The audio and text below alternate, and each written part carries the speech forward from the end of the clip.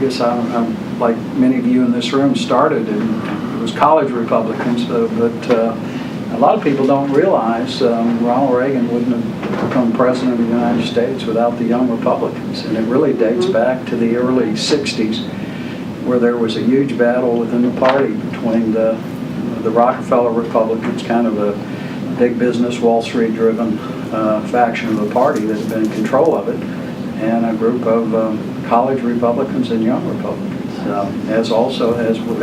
along with the Young Americans for Freedom, which Bill Buckley had been involved in helping to start.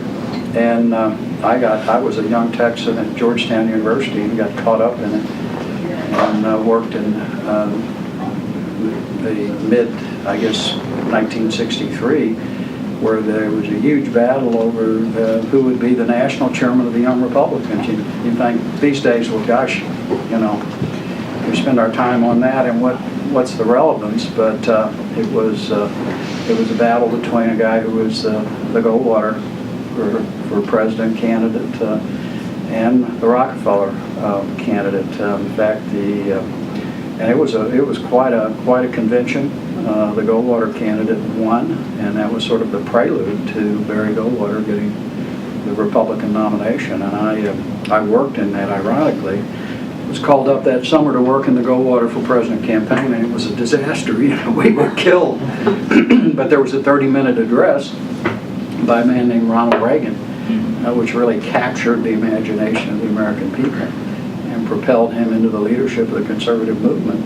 And then 16 years later, he was elected president, but for the young Republicans. None of that, would have happened. So I think I've mentioned that because right now, we face a very difficult challenge in attracting young people to our party. And the left has done a particularly good job of encouraging, if you will, young activists to get involved on their side.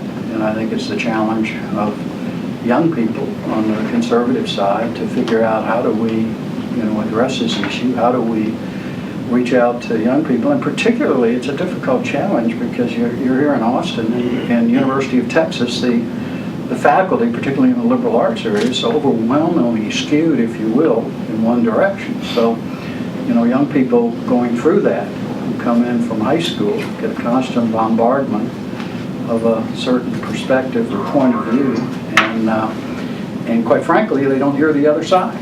And it's not that conservatism is debated and defeated intellectually, you don't even hear it being discussed. And I was very fortunate at Georgetown University. I had a professor by the name of George Carey who had worked with Wilmore Kendall, one of the founders of National Review.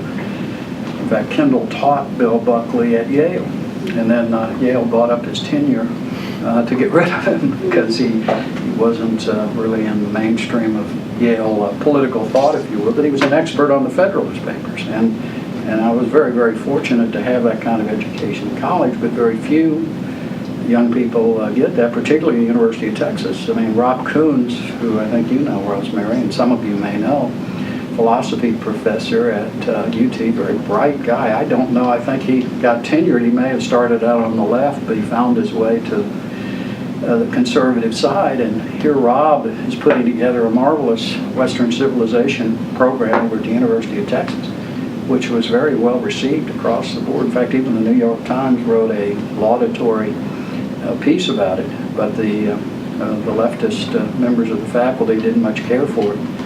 And unfortunately, we tenured the radicals of my generation who were on the other side, and they have a very intolerant attitude towards disparate points of view. And so before you knew it, they killed that program. And it was very unfortunate, and I wish Lois Colquist, who's a very able state representative, waded in, but unfortunately others didn't, and so nothing was done. But I mention that because I think that it's really a dual problem. I mean, you've got to challenge the left intellectually. You've got to lay out, if you will, a conservative philosophy that's grounded. I worked for Ronald Reagan, and people say he's a great communicator, but the real strength of Reagan was he was grounded in principle. He had a common sense approach to things and an ability, if you will, to put a majority of people together behind common sense solutions to problems facing us. And I guess that's one of the shocks I had coming back into government and state government is, rhetoric is great, and it's good to beat up on Obama, and we can all feel good. I think back to when I was state party chairman, and I tell you the best speaker on anti-Clinton speeches was Carol Rylander. She could give one humdinger and make everybody feel good, but from the long-term perspective of attracting young people, of building a new conservative majority, you've got to do the hard work of putting together common sense solutions to the problems facing us. You've got to understand that they're framing the debate, and as long as we're reacting rather than being proactive, we're going to continue to lose ground. And third, I think you've got to understand that sometimes when we get in, if it's just business as usual and taking over from the liberals in Washington, and they've advanced the ball on their side, they're on our side of the field and keep moving down the field, and we don't do anything we simply accept the status quo, and nothing much improves. And that was the strength of, I think, the Reagan administration, is for the first time in a long time we began to reverse, if you will, and that was particularly noticeable in the first term, reverse the gains of the left.